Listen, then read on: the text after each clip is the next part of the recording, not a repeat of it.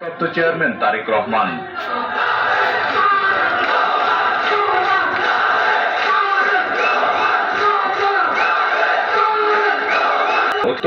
বাংলাদেশ মানে নেতা কর্মী সাহস নিয়ে এগিয়ে যেত।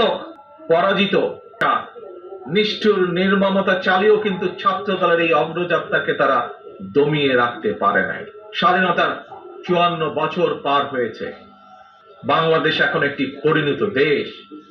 এই পরিণত বাংলাদেশে বাংলাদেশের জনগণ আর বিভেদ, বিরোধ, প্রতিহিংসা, প্রতিশোধের রাজনীতি তারা চায় না। রাজনৈতিক দলগুলোকে কারণেই জনগণের কাছে সেভাবে জবাবদিহি করতে হবে। রাজনৈতিক দলগুলোর কাছে জনগণ চায় রাজনীতির গুণগত পরিবর্তন।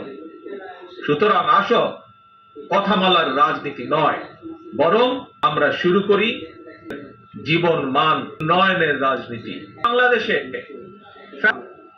উগ্রবাদ, চরমপন্থী কিংবা ঠেকাতে অবশ্যই সচেতন হবে, সচেতন ভূমিকা পালন করতে হবে। বিশাল তরুণ জনগোষ্ঠীর কর্মসংস্থানের জন্য বিএনপির কর্মপরিকল্পনা তুলে ধরে তারেক রহমান বলেন, তরুণদের দিয়ে দেশের ক্ষুদ্র মাঝারি উদ্যোক্তা তৈরি করা হবে। ভবিষ্যতে বিএনপি ক্ষমতায় গেলে সরকারের পক্ষ থেকে দেওয়া হবে সব ধরনের সহযোগিতা। ভবিষ্যতে শিক্ষার্থীদেরকে যাতে কর্মসংস্থান নিয়ে হতাশায় পড়তে না হয়, আমাদের দল বাংলাদেশ জাতীয়তাবাদী দল বিএনপি সেই আলোকেই শিক্ষা ব্যবস্থার সংস্কার এবং জব অপরচুনিটির জন্য কর্ম পরিকল্পনা বা প্ল্যানিং তৈরি করছে।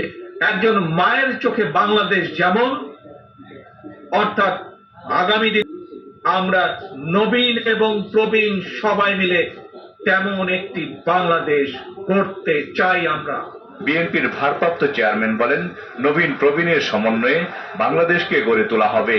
ফেসিবাদ জনগণ